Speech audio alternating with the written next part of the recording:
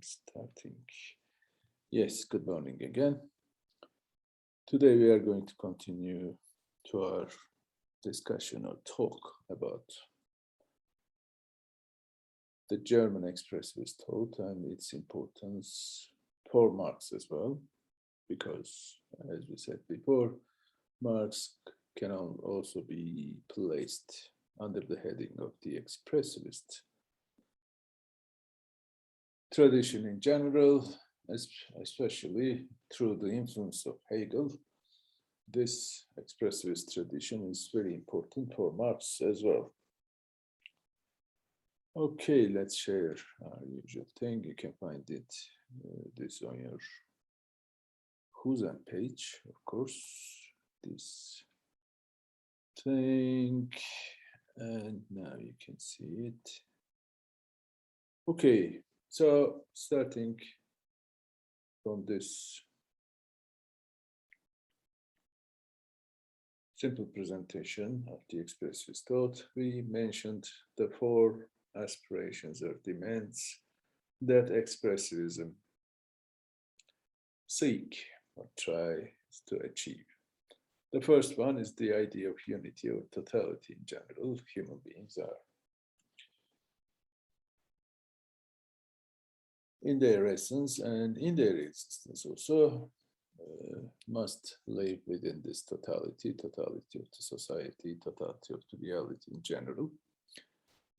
So some kind of dichotomies such as life against thought, etc., are not permitted, are not to be permitted, or freedom is among the most, or if not the most, aspiration in this whole tradition, because human beings are born, it is accepted, are born free, and also our lives are to be directed to become free in the sense of realizing our potentialities. It's a kind of a positive notion of liberty, to use Isaiah Berlin's famous distinction between negative liberty and positive liberty. Negative liberty is about the constraints that limit individual action.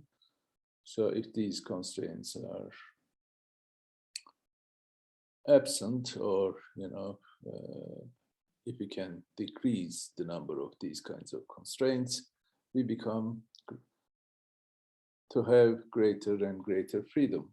This is the notion of freedom that is usually shared by the liberal tradition in general. But the German expressivist tradition is hardly liberal, with the exception of Kant, maybe. Hegel is not liberal at all. He was an ardent supporter of the monarchy, the Prussian monarchy, basically. Even to the extent that he believes that, he argues, or that the spirit realizes itself, historically speaking, in the era of the Prussian state, whatever. Anyway, but still Hegel and Marx share a positive conception of freedom in the sense of the realization of potentialities. For Hegel, these potentialities have to do with the spirit itself, but for Marx, human beings are considered as the main subject. There is no such thing as spirit or any form of consciousness in Marxist thinking, except for the consciousness of human beings. So human beings are the basic subjects of both history and society, etc.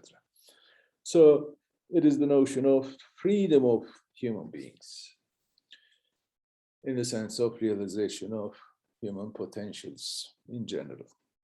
And the communion with human beings and the communion with nature, again, these are the extensions of the view of the importance of totality in general. This totality is a Hegelian notion, more or less. Well, maybe not strictly speaking, but Hegel was one of the most important philosophers who emphasizes the notion of totality, and Marx inherits this understanding of totality from Hegel, that's for sure, in my view, of course.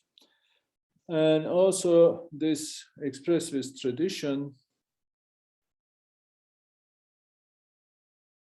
sees human beings to achieve, to use the Aristotelian understanding, a kind of good life in which human potentials are to be realized in the most general sense. But the whole actions of individuals are to be directed for this aim. Even in Hegel, we have the same idea, because human beings in Hegelian philosophy, it is the human beings that would help the spirit to achieve its self-consciousness, because the spirit thinks itself through human thinking. So human reasoning and understanding and self-consciousness is essential for the spirit to realize its own potentialities, etc. That was the basic idea. So in this process, human beings come to have self-consciousness and the consciousness about the others and the existence of material worlds, etc. So it's a story in which we can use the metaphor of an artwork for the individual life or for the life of the humanity in general, human history, that is what we call in general. It's like an artwork, but the artist here is the human being or the person or the individual herself, basically. You know, there's an interesting painting, last time I mentioned it, but I couldn't find, and now I find it. And this is a famous sculpture named Self-Made Man. That was the idea. So there's a sculpture here, sculpting, of course, and the thing he's making is actually himself. That's the basic idea, and also important for Marx as well. Even Marx's whole notion of praxis actually describes such a process in which human beings realize their essential potentialities, and therefore they become free. So life is a constant struggle for the human beings to achieve self-consciousness first and to realize their own potentialities second. So this is the basic idea. Again, returning to these expressivist aspirations about, let's return to this again. Okay, this unity of human beings with nature and society. Again, the notion of the master and slave dialectics that we have mentioned before is very important for Marx as well, although there are some Marxists who would reject this understanding, such as Christopher J. Arthur, I guess his name. And this conception is about self-consciousness.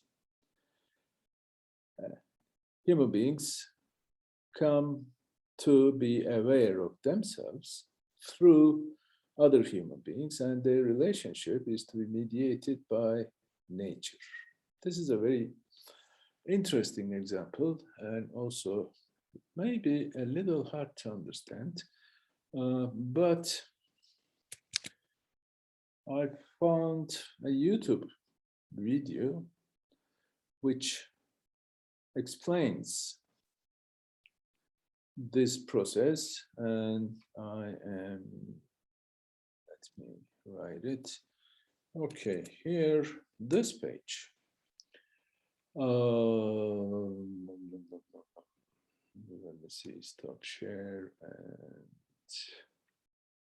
this thing. Okay, another share. This page. This is Philosophy Tube.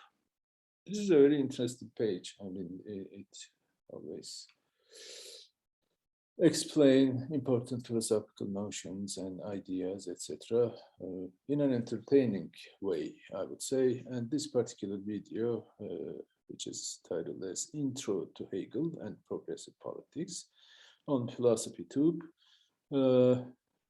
this is very interesting. And it starts with this Hegelian example of the famous master and slave dialectics. Here, if there's a me and there's a you, then that means there's a not me, etc. So it's getting complicated, but still, it is explained in the simplest way that we can understand, actually. So I would recommend you to visit this page. I cannot show it because of the copyright restrictions, I guess. So it's not necessary in your spare time. You can watch it. It's very entertaining also, I would say. Okay, returning to this idea of master-slave dialectics, it's, again, I should mention this book. You see it, right? Marx by Baruch Parkan, and in the pages explaining Marx's own thinking, there's this explanation of the master-slave dialectics, and it's about, basically, she argues, it's about the notion of intersubjectivity, mutual interactions among human beings. Through this interaction, human beings come to realize that the other individuals, other human beings, also important. Sometimes in a good way, sometimes in a bad way. Sartre, on the basis of this master-slave dialectics, once said that hell is the others, right? Basically. The idea is simple but powerful. And there's this couple, so to speak, of the master or the lord and the slave. In the beginning there is the lord, and then confronts with the slave. In this relationship, in the beginning, there's no slave and the master, but they come together, and one of the parties is stronger in the sense that it can direct the behavior or affect the behavior of the other, etc. But here, the idea is that the other human beings are both objects for us to achieve our own self-consciousness, and also they are subjects, other subjects. So that's why the term intersubjectivity is important here. And we come to recognize ourselves in the others and in our relationship, social relationship.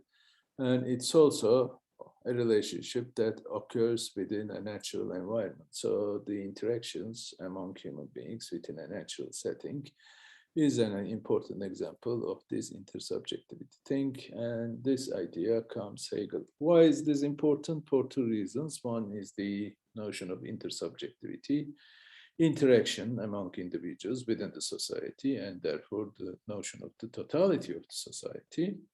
And secondly, related to this, of course, but even more importantly, is that the notion of alienation, that is the notion that we are going to talk about today in Marx, is first introduced by Hegel through this example. I mean, this example and other explanations, of course. And in this notion, in order for human beings to become self-consciousness, they must continuously create something through the interaction with other people, other individuals or human beings are, by definition, by essence, social beings, as Aristotle said. And through this social interaction and also interaction with nature, which is again a social type of interaction because it requires division of labor and working together, cooperation and collaboration, etc. So in order for a single individual to become self-conscious, he or she needs other individuals. And in this relationship with other individuals in a natural setting, individuals come to realize their own essence and try to realize their own potentialities. This notion is a Hegelian notion. So in in the Hegelian exposition, the notion of alienation refers to this process actually. In order for individuals, human beings, and also the spirit itself, to become self-consciousness, it must, or human beings must, alienate from itself or themselves. What's the meaning of this? We recognize in this process our own essence in what we create. What we create is a very broad term. You know, it includes almost everything. Just like the expressivist idea that we actually create something, but within this creation process, we also create, so to speak, ourselves. Man, self-made man sculpture thing. So basically, we understand ourselves in what we create or what we produce in general. So the notion of production is important in Hegel, and also important in Marx, even more important than Hegel in Marx.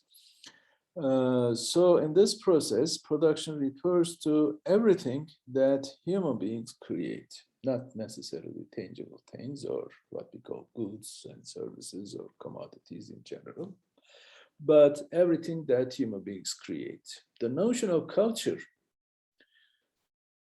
refers to this, actually, process of creation and the products of this process, basically. When we talk about, or when social scientists talk about culture, they usually refer to intangible side of this creation process, such as the ideas, ideologies, thoughts, etc. But this process of creation must also include the material things, not necessarily in the form of the goods and services that are produced within a technical production process, but even more broadly, whatever human beings create. So culture in that sense is to be understood as a kind of a portmanteau term that would include any human creation or production. It's another idea. Again, this is a notion that is drawn upon the Hegelian philosophy or metaphysics in general. Anyway, so basically, once again, we have this expressist tradition that emphasizes the importance of human beings and their creation, because in this creation process, human beings come to realize about themselves, come to achieve their own self-consciousness. And this process is actually called by Hegel as alienation, because what we produce is something alien to us. So in that creation that is alien to us, we actually see or recognize ourselves, our own potentialities, our own capacities, capabilities. And therefore, it's a form of alienation, which is a positive, so to speak, thing. It's a kind of negation, actually, in the Hegelian language, because we create something that is not here before. This idea of negation is, I'm not sure exactly what it means, but it's something like a determination. Hegel has this famous phrase that every determination is a negation, something like it when he mentions Spinoza. Anyway, so this process of alienation is important for Hegel, and it has some positive or good connotations, so to speak, because human beings come to achieve their self-consciousness through this creation process. That's the notion of labor, actually, right? Labor in Marx, for example, is to be defined as the totality of human capacities, both physical and mental, that a human being has. So this power of making a difference, changing something, making some transformations, however small, in the reality is the process of labor process called by Marx. And this process is to be seen by Hegel as a process of alienation. Marx, in his early writings, such as especially in his 1844 manuscripts, uses this notion, but he makes an important addition. Actually, he draws a distinction between alienation and what he calls objectification. This is very important for Marx, because what Hegel calls alienation is what Marx calls objectification, actually. What's the meaning of it? The same thing, actually. We create something, human beings.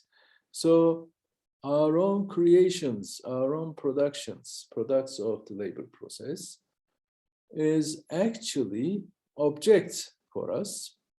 And they are the realizations of our essence, so to speak. You know, we have the essence and existence distinction is a very old distinction since the Greek philosophy, ancient Greek philosophy, and it basically refers to the definition, essence of a thing in the Aristotelian understanding. Again, there's this, any object has this essence in the sense of the total potential to change. So even a small acorn has the potential to become a giant oak tree, but in existence, this may never come to be true, because, you know, there may be some actual disturbances, so to speak, that could prevent the acorn from becoming a giant oak tree. But in essence, every single acorn has the potential to become an oak tree through growing and changing. This is the essence of Aristotelian metaphysics in general. The same applies to human beings. So basically, this objectification process, according to Marx, is the labor process or the process of production or praxis within which human beings realize their essences, so they make themselves, and also they recognize, in the sense of becoming self-consciousness, in the creation of the other. But in alienation has a negative or bad, so to speak, connotation in Marx. Alienation is the process in which the human creations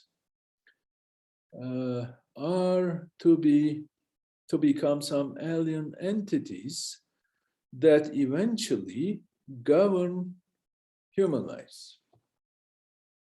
You know, we create something, but in a capitalist economy, for example, in a capitalist society, even if we create something, it becomes a commodity. Since it's a commodity, it's come to be alienated from its creator and becomes a commodity, and it has a market value, etc. So through this process, actually, the relations among human beings becomes relations among commodities. This is the process of alienation and fetishism. In later Marx, the notion of alienation is not used in Capital, Das Kapital, for example. Marx does not mention the notion of alienation, but instead uses the term fetishism, fetishism of commodities.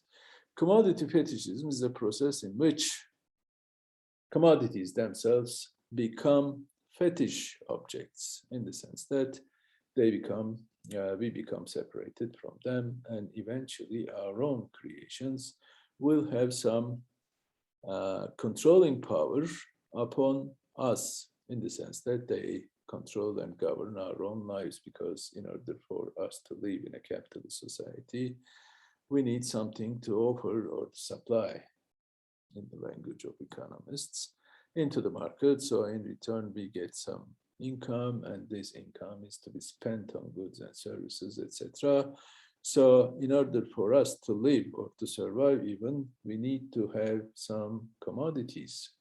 If we don't have any kind of commodities, we can sell our own labor, and this separation of labor power from human beings is again a kind of alienation process, and in this process, humans come to become alienated to their own creative power, which could be deemed as impossible, actually, you know. What we call labor power, what Marx calls labor power, is the totality of these mental and physical abilities, power of transforming something, power of making a difference, agency power for short, which is supposed to exist in every human being. So one part and parcel of being human is this idea that we all have this power of making a difference. That is the shorthand expression of the notion of agency.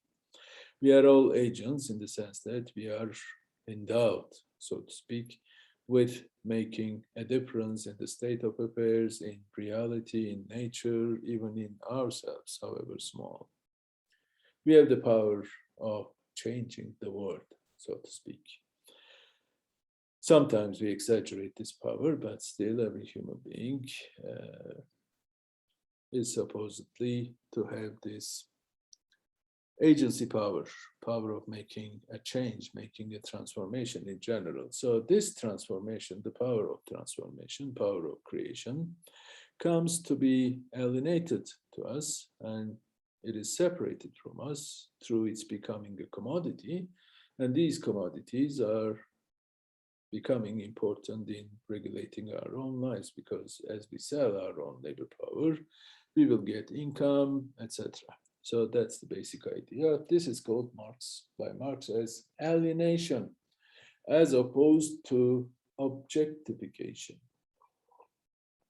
Again, there are Hegelian roots of this term, but the notion of objectification does not exist in Hegel, only in Marx. So this is an important improvement, I would say, of the Marxian idea of praxis than that of Hegel's, basically. So what is this idea? Okay, where are you? Oopsie, dialectics, contradiction. Okay, the notion of alienation, simply human essence referring to the inherent developmental potentiality. So, but the conditions in which we live does not permit us to realize our own potentialities, such as the existence of private property or the means of production, which creates markets and which transforms our own agency power into commodity. Labor power is a commodity, and becoming controlling, to control our own lives in general. So, okay. Maybe we should start from the beginning. Again, Hegel is the starting point, and the notion of labor, actually, again, is a Hegelian notion in general, or the way in which Marx uses the term is a Hegelian notion. So Hegel is very important for Marx, and Marx also acknowledges this in the preface post summary capital in the beginning of Das Kapital. But still there are some debates within the Marxian circles about the importance or the role that Hegel plays in Marx's own thinking. It's a very complex discussion or debate, even controversy.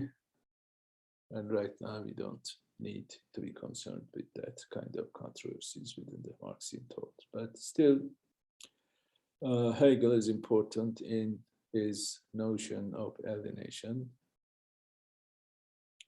and also the notion of praxis in general. What's praxis? Praxis is the whole process in which human beings transform nature, society, and themselves. So this is, again, totality of existence. And in this existence, human beings try to realize our own potentialities through producing. And this process of production, or the labor process, because process of production is to be carried out on the basis of using our own labor power, our own power of making differences or transformation or agency. Therefore, the results of this production process, the production, products in general, is a process of praxis. Praxis means basically practice, what human beings in general do. It refers to their actions and interactions. So this praxis process is the basic process in which humans come to realize their own themselves and achieve self-consciousness. They recognize themselves in what they create. So therefore, this is the process in which human beings become humans par excellence, so to speak. So in this 1844 manuscripts, Marx develops the notion of human essence, the term species being, or the concept. The concept refers to the fact that human beings both make the species their objects, and also they look upon themselves as the present living species because they look upon themselves as a universal and therefore free being. A man is a species being, a woman also human being. Not only because he, she, whatever, practically and theoretically makes the species his object, but also because he looks upon. What's the meaning of this? Simple, actually. We can distinguish between two senses of the term, but they are related, of course, or even they are identical. One is their species being because of the nature of human perceptual and conceptual faculties and human life activity. Human life activity is praxis, in which we try to realize our own potentialities, and also because of the social nature of human activity. Again, praxis is also a social activity because through our interactions with other individuals in the society, master-slave dialectic thing, we come to realize ourselves, and we also make a difference in the world and also in ourselves. So this is true for the single individual as well, because every individual is also a social being, a political animal, the Aristotelian language. So we actually engage into this production process, which is nothing but the interaction with nature within a social setting, or interaction with other people, a social interaction in a natural setting. They're both the same. So we are by definition, by our own essence, species being, in the sense that we are universal beings and we make ourselves self-made men. Think again, once again. This is a particularly important expressivist idea again. So this, okay, what am I doing? I have no idea. Okay. So a person, an individual, a single human being, is a unity of individuality and sociality, totality, once again. Or more appropriately, the individual is the social being. Even the very existence is a social activity. And also it is the species character of human beings that differentiates them from mere natural beings. We are not simple natural beings, we are different. Our own differences come from our own human potentials, our own human properties, actually. We differentiate ourselves from other natural beings through human labor, actually. So for human beings must confirm and realize themselves both in their being and their knowing, and consequently we have our process of origin and history. Human history is to be seen as the realization of this essence in general, or the objectification of this essence. Everything that human beings create is a kind of can be seen as expression of the human essence, which is to be realized in nature.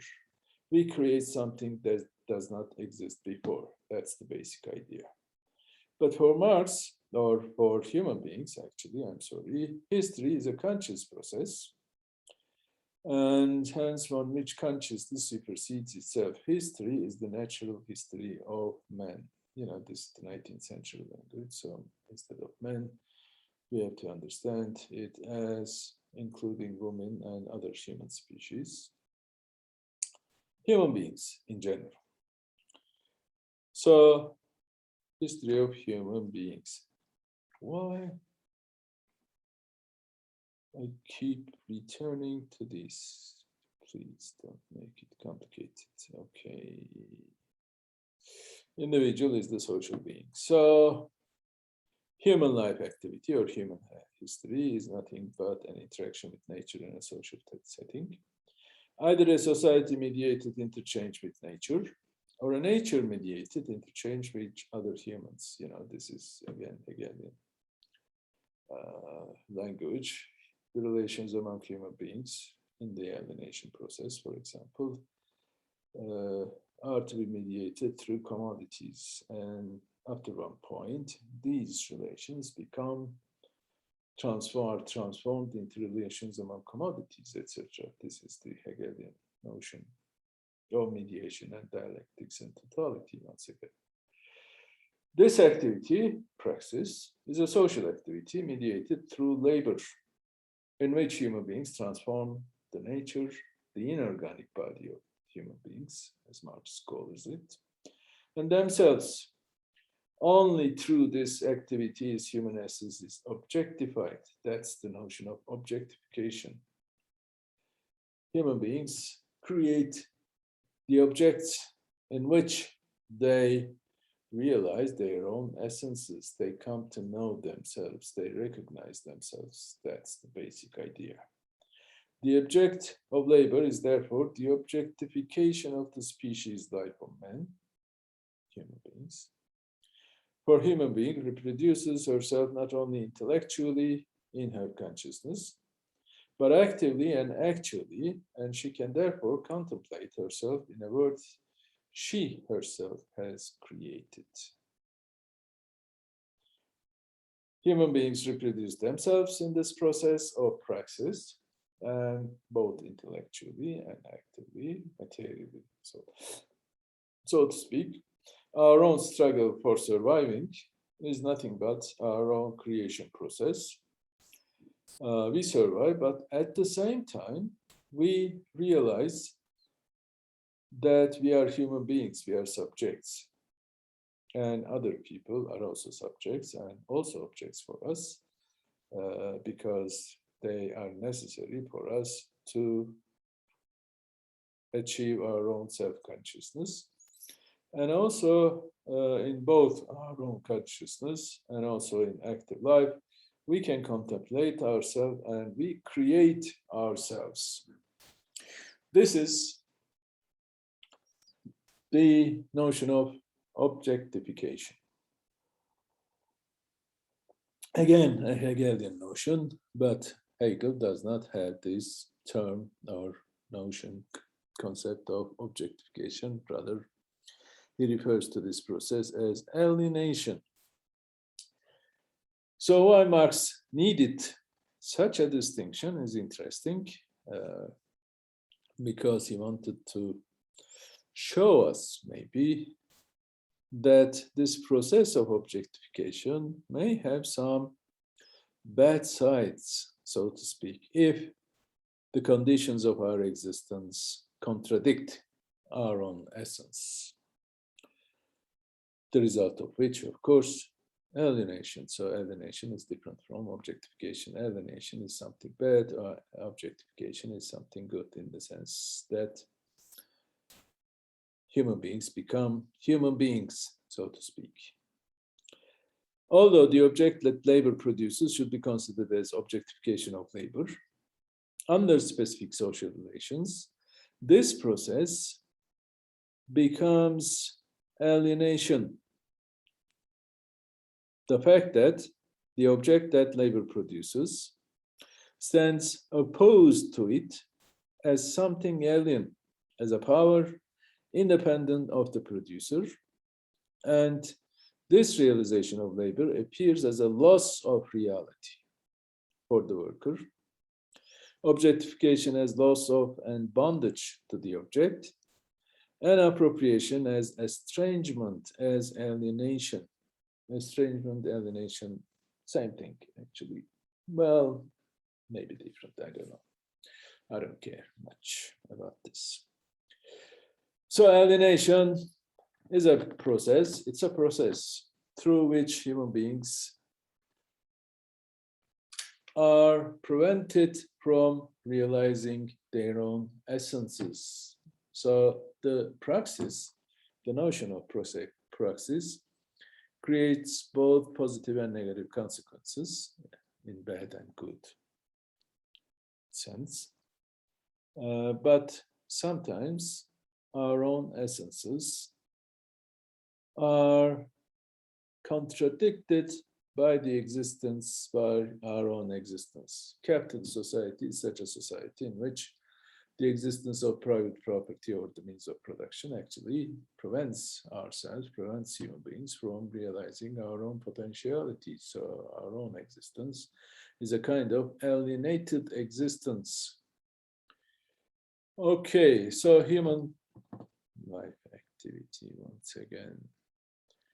So this is a kind of estrangement. Marx sees alienation from 4 vantage points, so to speak.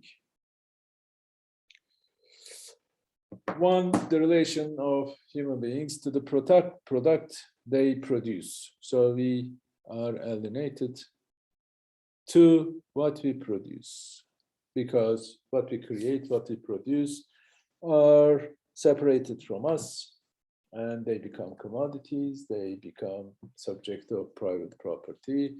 So in order for us to use them or have them, we need to pay its price that is determined in the market, etc. Second vantage point refers to the relation of man, human being, to her own productive activity, the production process in which product is being produced, of course. Third is the relation of a human being to her own species being. Human beings as a species, we are all members of the human species. Homo sapiens sapiens, right? So we come to be alienated towards rest of the humanity, and also relation of human being to other human beings in the society. So we alienate as a result of this process of alienation. We alienate from the product that we create, our own productive activity, our own species being, and society in general. We are social beings, but our essential property of being a social being is to be violated by our own existence for the private property alienates us from our productive activity, product, and also from society. So therefore, our own essence is to be violated by our own existence in that sense. So the relation between human and her product, for Marx, is similar to the relation between human and God. This is Marx's own example. The more man puts into God, the less he retains within himself. The worker places his life in the object, but now it no longer belongs to him, but to the object. So this is the process of alienation in which the subject, the real human being, becomes the predicate, labor power, of its predicate, commodity. So commodity becomes the real subject. This is the immersion of the reality, actually. This metaphor of immersion of reality is used by Marx, referring to when he refers to Hegel, and also when he refers to the working of the capitalist economy. For example, he says somewhere in Capital, I guess, that in the competition process, everything is upside down. topsy-turvy, inverted. Our own essence is to be inverted in our existence so that we become slaves, so to speak, of our own creations. That's the meaning of fetish or idol, right? We create some idols and we become slaves of that idol. You know, this idea actually is the idea of Feuerbach's. Ludwig Feuerbach, a German philosopher, a leftist Hegelian, I guess, and Marx in his youth was influenced by Feuerbach to a great extent, even if he also criticized his views in his very famous thesis on Feuerbach, you know, the 11 thesis we all know. The point is to change the word, not to understand it simply. And this Feuerbach argues that what we call God is nothing but the human essence itself that is projected onto heavens. He basically says that we create the notion of God as referring to the whole of the human potentialities or the elements of human essence. And these elements are to be idealized and the notion of God is to be created. You know, God represents everything that is good in ourselves. And at some point, we come to believe that God exists and God created us. But in reality, according to Feuerbach, this is nothing but the process of inversion. The real human essence becomes an idol, becomes God, becomes a fetish, so to speak. Feuerbach never uses this term, fetish.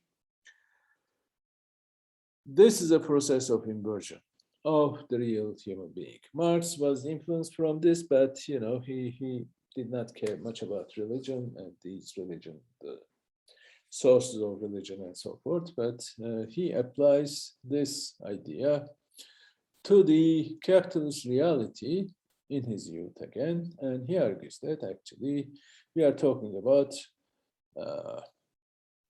the realization of human essences. So we realize our own potentialities through the production process, and what we create is nothing but the attribution of human essence, the realization or objectification of human essence in the product that we create. And this product in the alienation process, unfortunately, because of the existence of private property, is to be separated from human beings, from its creator, and achieves a life of its own, in the sense that it controls human lives, and at some point even the relations among human beings among as relations among commodities, things. So human beings are inverted into commodities, basically. So they become predicates of their own predicates. This is again the dialectical or Hegelian idea. So Marx uses Feuerbach's idea of inversion in a secular way, so to speak, and he doesn't care about, you know, the cosmological aspects of Hegelian philosophy and the God and Christian philosophy. Feuerbach's book is called as The Essence of Christianity. It's about Christianity. But Marx applies this idea to the reality that we live, and we try to achieve our own self-consciousness and realize our own potentials. That's the basic idea. So alienation is the cornerstone in Marx's own thinking. So basically, to sum up, we can say that human condition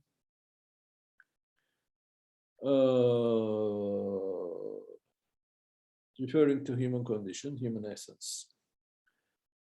We can say that, according to Marx, human beings are social beings, Aristotelian notion again, who appropriate nature in a social setting.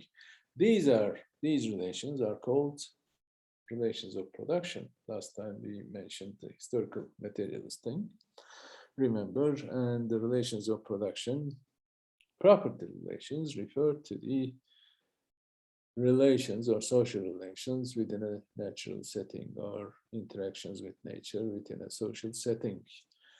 Second, the terms labor and production refer to a general activity in which we realize our own potentialities. Production of life, we talk about. This activity, or what Marx calls as labor process, is a general condition. It's the universal condition characterizing the metabolic interaction between man and nature, everlasting nature-imposed condition of human existence.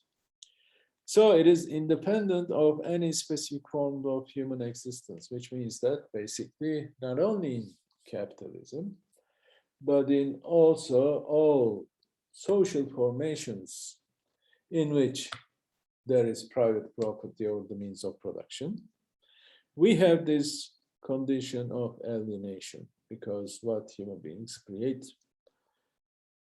are separated from their own creators and become alien entities and who eventually control their lives. The difference of capitalism from the earlier social formations is that only under capitalism does the labor power itself become a commodity.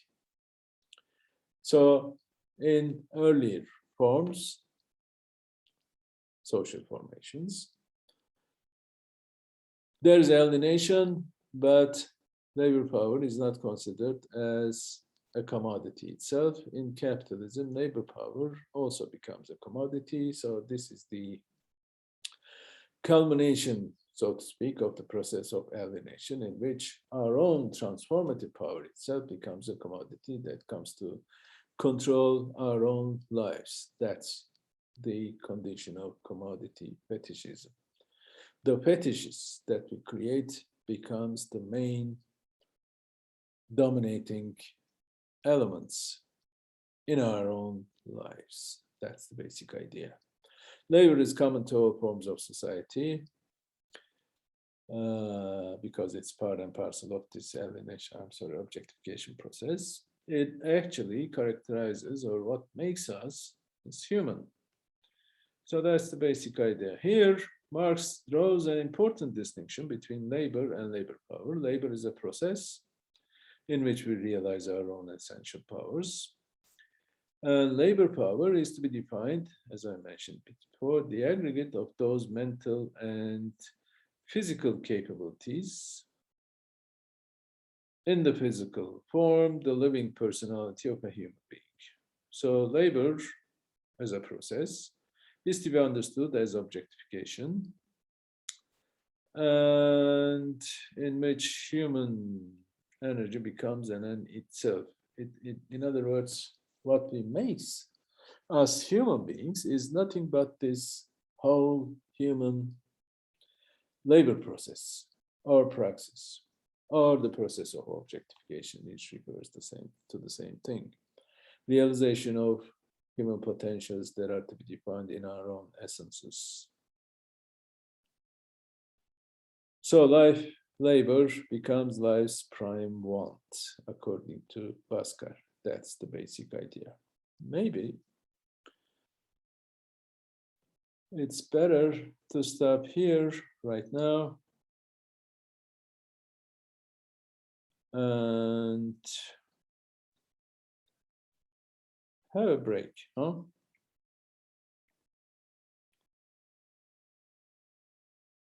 Yes, I guess.